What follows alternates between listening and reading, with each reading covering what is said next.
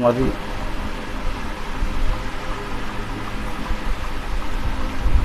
الحمدللہ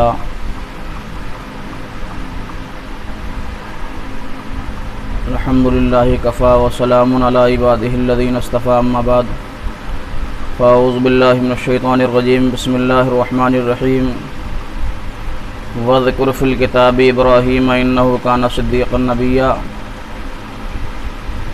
آمنت باللہ صدق اللہ العظیم وبلغنا رسولہ النبی الامین الکریم ونحن علی ذلک لمن الشاہدین والشاکرین والحمد للہ رب العالمین۔ یا الہی رحم فرما مصطفیٰ کے واسطے، یا رسول اللہ کرم کیجئے خدا کے واسطے، مشکلیں حل کر شہ مشکل کشا کے واسطے، کربلائیں رد شہید کربلا کے واسطے۔ درود شریف پڑھیں۔ اللہم صلی علی سیدنا و مولانا محمد وبارک وسلم، صلو علیہ صلاۃ و سلام علیک یا رسول اللہ صلی اللہ علیہ وسلم۔ عزیزان گرامی، اللہ رب العزت جل جلالہ عم نوالہ اپنے بندوں میں سے جن بندوں کو اعلیٰ مقام عطا فرماتا ہے انہیں بڑی آزمائشوں میں آزمایا جاتا ہے۔ حضرت ابراہیم علیہ السلام کو پروردگار عالم نے اپنا دوست کہا تو بڑی بڑی آزمائشوں میں اللہ نے ابراہیم پیغمبر کو آزمایا اور وہ پورے اترے۔ اللہ رب العزت جل شانہ نے جب خلیل کہا ابراہیم علیہ السلام کو تو فرشتوں نے عرض کی، مولا خلیل تو نے کیوں کہا ہے؟ کہ فرشتوں میرا بندہ میرے لیے ہر وقت حاضر رہتا ہے۔ فرشتوں نے عرض کیے، پروردگار عالم تو نے ابراہیم علیہ السلام کو ہر چیز سے نوازا ہے، دولت ہے، شہرت ہے، مال و زر ہے، سب ہے، تو جس کے پاس سب ہو وہ تو اللہ کا شکر ادا کرے گا ہی۔ پروردگار عالم نے فرمایا، اے میرے فرشتوں جاؤ میں تمہیں اجازت دیتا ہوں، میرے ابراہیم کو آزما لو۔ ابراہیم علیہ السلام کو آزمانے کے لیے اللہ کا فرشتہ آ گیا۔ آپ جنگل میں ہیں اور آپ کی بکریاں اتنی ہیں جو گنتی میں نہیں آتی، اونٹ اتنے ہیں جو شمار نہیں ہوتے، گائے بھینسیں اتنی ہیں جو گنی نہیں جاتی۔ فرشتہ چھپ کے بیٹھ گیا اور کہتا ہے سبحان اللہ والحمدللہ، یعنی اللہ کا ذکر فرشتہ چھپ کے کر رہا ہے۔ ابراہیم علیہ السلام نے فرمایا، آخر کون ہے وہ جو میرے رب کا نام لے رہا ہے؟ وہ کون انسان ہے جو میرے پروردگار کا چرچا کر رہا ہے؟ بڑی شاندار آواز ہے، بڑی سریلی آواز ہے۔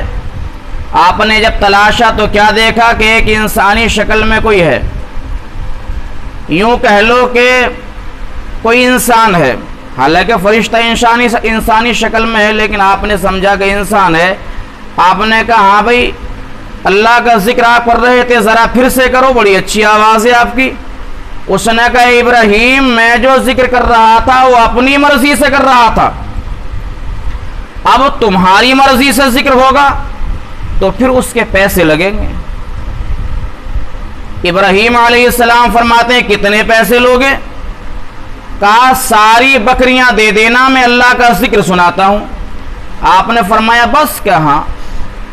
ابراہیم علیہ السلام نے فرمایا جاؤ ساری بکریاں تمہیں دے دی گئیں، اللہ کا ذکر سناؤ۔ فرشتے نے سنایا، پھر خاموش ہو گیا۔ ابراہیم علیہ السلام فرماتے ہیں بھئی اور سنائیے۔ فرشتہ کہتا ہے اللہ کے خلیل جتنے پیسے دیے تھے وہ کام پورا ہو گیا، اب اگر آگے ذکر سننا چاہتے ہو تو پھر قیمت اور دینا ہوگی۔ کہا اب کیا دینا ہوگا؟ کہ جو سارے اونٹ ہیں آپ کے وہ سارے کے سارے دے دو، میں پھر اللہ کا ذکر سناؤں گا۔ کہا جا دے دیے، پھر سنایا، پھر خاموش۔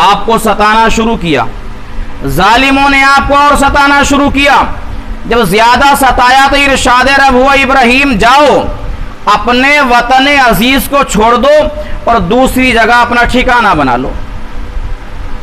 اب گھر چھوڑنا بڑا مشکل کام ہے، لیکن ابراہیم علیہ السلام چل دیے گھر سے۔ دوستو مصر جاتے ہیں ابراہیم علیہ السلام، وہاں اپنے چچا کے یہاں ٹھہرتے ہیں۔ ان کے چچا نے اپنی بیٹی سے شادی کی جن کو زمانہ سائرہ کے نام سے جانتا ہے۔ حضرت سائرہ سے شادی ہو گئی، مصر میں رہنے لگے۔ اس کے بعد آپ فلسطین چلے، فلسطین جا رہے ہیں، راستے میں ایک ایسی جگہ سے گزر ہوا جس جگہ ایک ایسا ظالم حکمراں ہے، ایسا ظالم حاکم ہے جو اچھی لڑکی کسی کے ساتھ لگتی تھی اس کو چھین لیتا تھا۔ ابراہیم علیہ السلام کے ساتھ حضرت سائرہ ہیں، حسن و جمال آپ کا بہت ہے۔ جب دیکھا اس بادشاہ نے آپ کا حسن و جمال، کہا ان کو لے کے آئیے۔ دوستو مگر اس کا ایک قانون یہ تھا کہ اگر کوئی اپنے ساتھ والی عورت کو اپنی بہن بتا دیتا تھا تو وہ اس کو چھوڑ دیتا تھا۔ ابراہیم علیہ السلام نے فرمایا یہ جو میرے ساتھ ہے یہ میری اسلامی بہن ہے، میری دینی بہن ہے۔ مگر اس ظالم نے کہا آج تک تو ہمارا قانون یہ تھا کہ کسی کی بہن اس کے ساتھ ہو تو چھوڑ دیا جائے، مگر یہ ہمارا قانون کوئی خدائی قانون نہیں ہے، یہ ہمارا اپنا بنایا ہوا قانون ہے، جب چاہے توڑ دیں جب چاہے بنا لیں۔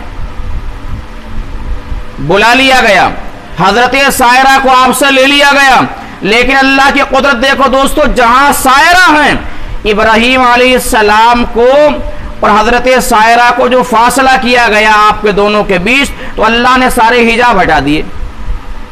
یعنی جس مکان میں حضرت سائرہ کو لے جایا گیا وہاں تک کے سارے حجاب رب نے ہٹا دیے۔ حضرت سائرہ کس حال میں ہیں ابراہیم دیکھ رہے ہیں۔ جب وہ بادشاہ آپ کی طرف کو ہاتھ اٹھانے کی کوشش کرتا ہے تو ہاتھ اس کے جام ہو جاتے ہیں، وہ معافی مانگتا ہے، ہاتھ صحیح ہو جاتے ہیں۔ پھر ہاتھ اٹھانے کی کوشش کی، پھر ہاتھ جام ہو گئے۔ مختصر یہ کہ جب اس نے کہا میں اب آپ کی طرف کو غلط ہاتھ نہیں اٹھاؤں گا، میرے لیے دعا فرما دیں، تو رب کی بندی حضرت سائرہ نے اپنے رب سے کہا تھا اے میرے پروردگار عالم، اگر اس کی نیت صحیح ہے تو اس کے ہاتھ صحیح فرما دے، اگر نیت صحیح ہے تو ہاتھ صحیح فرما دے، اور نیت خراب ہے تو پھر تو جیسے ویسے رہنے ہی ہیں۔ ہاتھ ٹھیک ہو گئے، مگر وہ سمجھ گیا کہ جو یہ عورت ہے کوئی عام عورت نہیں ہے، بلکہ اللہ کی وہ محبوب بندی ہے جو اپنے رب سے عرض کر دے پروردگار عالم اس کو پورا فرما دے۔ دوستو بادشاہ نے آپ کو آزاد کیا، آپ کو چھوڑا، لیکن ایک اور لڑکی جو اس بادشاہ کے لیے پکڑ کے لائی گئی تھی، لیکن بادشاہ نے ابھی اس کو اپنے ظلم کا نشانہ نہیں بنایا تھا، بادشاہ نے تحفے میں حضرت سائرہ کو وہ بھی دے دی۔ کہا ہم آپ کو بھیج رہے ہیں اور آپ کو تحفے میں یہ لڑکی اور دے رہے ہیں۔ وہ لڑکی کون تھی؟ جس کو زمانہ حضرت ہاجرہ کے نام سے جانتا ہے، جن کے وطن سے حضرت اسماعیل ذبیح اللہ پیدا ہوئے۔ آ گئی حضرت سائرہ، حضرت ہاجرہ ساتھ ہیں، اب تینوں چلے جا رہے ہیں۔ دوستو فلسطین چلے گئے، رہنے لگے۔ اللہ نے ابراہیم علیہ السلام کو مال بھی دیا، شان دی، یوں کہہ لیا جائے کہ ہر طریقے سے اللہ نے خوب نوازا، مگر 80 برس کی عمر ہو گئی ہے حضرت ابراہیم علیہ السلام کی، کوئی اولاد نہیں ہے، سب چیز ہے مگر وارث حقیقی کی کمی ہے، کوئی دوست کوئی اولاد نہیں ہے۔ اللہ سے آپ نے دعا کی مولا مجھے نیک اولاد عطا فرما دے، اے اللہ مجھے نیک بیٹا عطا فرما دے۔ دوستو اللہ نے حضرت ہاجرہ کے وطن سے حضرت اسماعیل علیہ السلام کو پیدا کر دیا۔ ٹائم گزرتا چلا گیا، ٹائم گزرا، ایسا وقت آیا کہ حضرت سائرہ کے وطن سے حضرت اسحاق علیہ السلام پیدا ہو گئے، اور پھر حضرت سائرہ نے ابراہیم علیہ السلام سے کہا کہ اسماعیل کو اور اس کی ماں کو کہیں جنگل بیابان میں آپ چھوڑ کے آئیے. یعنی بشریت کا تقاضا جو ہے وہ ان پر غالب آیا اور آپ نے کہہ دیا کہ کہیں چھوڑ کے آؤ. اللہ کا حکم بھی آ گیا, ابراہیم جو سائرہ کہتی ہے وہی کرو. اب دوستو سوچو, انسان کو یہ چیزیں بڑی پیاری ہوتی ہیں, جان, اولاد, مال. ابراہیم علیہ السلام کی جب جان کا نمبر آیا آگ میں چلے گئے اللہ کے لیے. اب مسئلہ اولاد کا آیا, اور اولاد بھی 80 سال کی عمر میں چہرہ دیکھا ہے دوستو. جب آپ نے اللہ کا حکم سنا تو فوراً ہی چل دیے. اب سامان کتنا ساتھ لیا ہے؟ 2 کلو کھجوریں ہیں, 1 پانی کا مشکیزہ ہے. ابراہیم علیہ السلام اپنے بیٹے اور بیوی کو چھوڑ کے کہاں جا رہے ہیں جس جگہ انسان تو کیا کوئی جانور بھی نظر نہیں آتا, کوئی پیڑ بھی نہیں ہے, پہاڑوں کا بیچ ہے دوستو.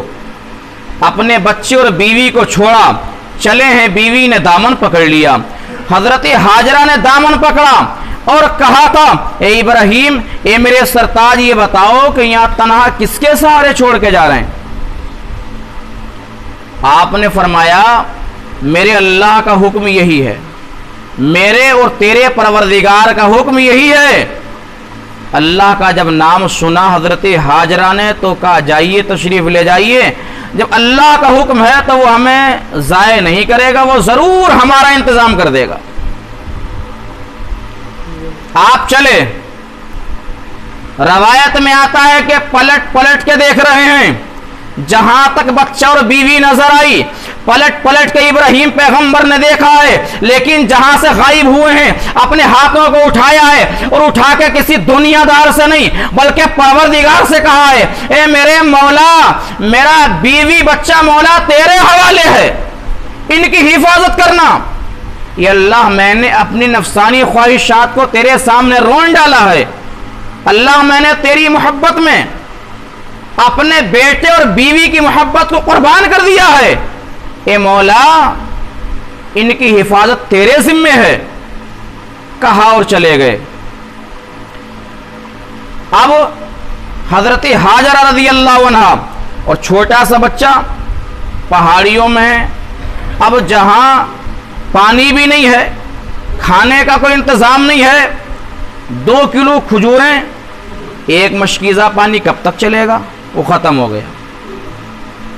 جب پانی ختم ہوا تو حضرت ہاجرہ کے جسم سے دودھ بھی آنا بند ہو گیا, بچہ بھی بھوکا ہے, آپ بھی بھوکی ہیں. لیکن اپنی بھوک اور پیاس کو تو انسان کسی حد تک برداشت کرنے کی کوشش کرتا ہے, مگر اولاد وہ چیز ہے کہ جس کے لیے انسان بڑی جلدی پریشان ہو جاتا ہے. حضرت ہاجرہ نے اپنے بیٹے کو چھوڑا اور پہاڑی پر چڑھی. کبھی صفا پر جاتی ہیں, کبھی مروہ پر جاتی ہیں, بیٹے کے لیے پانی تلاش کر رہی ہیں. جہاں بیٹا دکھتا ہے تو آہستہ چلتی ہیں, بیٹا نہیں دکھتا ہے تو گھبراہٹ میں تیز چلتی ہیں, چکر بار بار لگا رہی ہیں. اللہ نے حضرت ہاجرہ کی صدا کو قیامت تک کے لیے حاجیوں کے لیے ضروری کر دیا. حج کے واجبات میں سے یہ واجب قرار دے دیا گیا کہ جو حج کو آئے گا, جب تک میری بندی ہاجرہ کی ادا کو نہ کرے گا میں اس کا حج قبول نہیں کروں گا. چکر لگا رہی ہیں حضرت ہاجرہ, لیکن جب ایک مرتبہ واپس پلٹی تو کیا دیکھا کہ اسماعیل ذبیح اللہ کی ایڑیوں کی جگہ سے پانی نکلتا ہوا نظر آیا. آپ جلدی سے دوڑی اور آنے کے بعد آپ نے روک لگا دی, یوں کہہ لو کہ مینڈ بنا دی. پانی کو روک لیا اور کہا, اے پانی زمزم, اے پانی ٹھہر جا, اے پانی ٹھہر جا. پیغمبر اسلام فرماتے ہیں کہ اگر اسماعیل کی والدہ ہاجرہ پانی کو زمزم نہ کرتی تو زمزم سے ساری دنیا غرق ہو جاتی. انہوں نے روک دیا اور خوش ہو گئیں. اور اللہ نے اسماعیل علیہ السلام کی ایڑیوں سے ایسا بابرکت پانی نکالا ہے کہ جو پانی کھانا یعنی روٹی اور پانی دونوں کا کام کرتا ہے. اس کو پی لیا جائے تو یہ سمجھ لو کہ روٹی بھی کھا لی اور پانی بھی پی لیا، دونوں کا کام ایک ہی چیز کر رہی ہے۔ تو عزیزو اسماعیل علیہ السلام کی ایڑیوں سے پانی نکل پڑا، پانی پیا حضرت ہاجر رضی اللہ تعالیٰ عنہ نے اور اپنے پروردگار عالم کا شکر ادا کیا، یعنی اللہ کی ذات پر ان کو اتنا کامل یقین تھا کہ وہ اللہ کا جب نام آتا تھا تو کہتے تھے جب اللہ نے یہ حکم دیا ہے تو پھر اللہ ہمیں ضائع نہیں کرے گا، اللہ ہماری ضرور مدد فرمائے گا۔ تو جسے جتنا بڑا عہدہ دیا جاتا ہے ایسا نہیں کہ اس کو سوکھا چھوڑا جائے، بلکہ اسی حساب سے اسے آزمایا بھی جاتا ہے۔ دوستو ابراہیم علیہ السلام کو آزمایا گیا ہے اور آپ اس میں کھرے اترے ہیں۔ پروردگار عالم نے جسے بھی اعلیٰ مقامات عطا کیے ہیں تو سب کو اسی حساب سے آزمایا گیا ہے۔ لیکن ہمارے جیسے لوگ، آپ کے جیسے لوگ، تھوڑی سی کوئی دقت آتی ہے تو گھبرا جاتے ہیں۔ ہم اور آپ سب ایک ہی ہیں، گھبرا جاتے ہیں، لیکن اللہ کے محبوب بندے وہ ہیں کہ اللہ جس حال میں رکھے، پروردگار عالم جس حال میں رکھے اپنے رب کی رضا پر راضی ہیں، تو اللہ نے انہیں وہ شان عطا فرمائی ہے کہ صبح قیامت تک دنیا ان پر ناز کرے گی۔ اللہ کا قرآن فرماتا ہے وَذْكُرْ فِي الْكِتَابِ إِبْرَاهِيمَ إِنَّهُ كَانَ صِدِّيقًا نَبِيًّا۔ پروردگار عالم ہمیں آپ کو حضرت ابراہیم سے سچی محبت کرنے کی توفیق عطا فرمائے۔ استغفر اللہ ربی من کل ذنب واتوب الیہ، لا الہ الا اللہ محمد رسول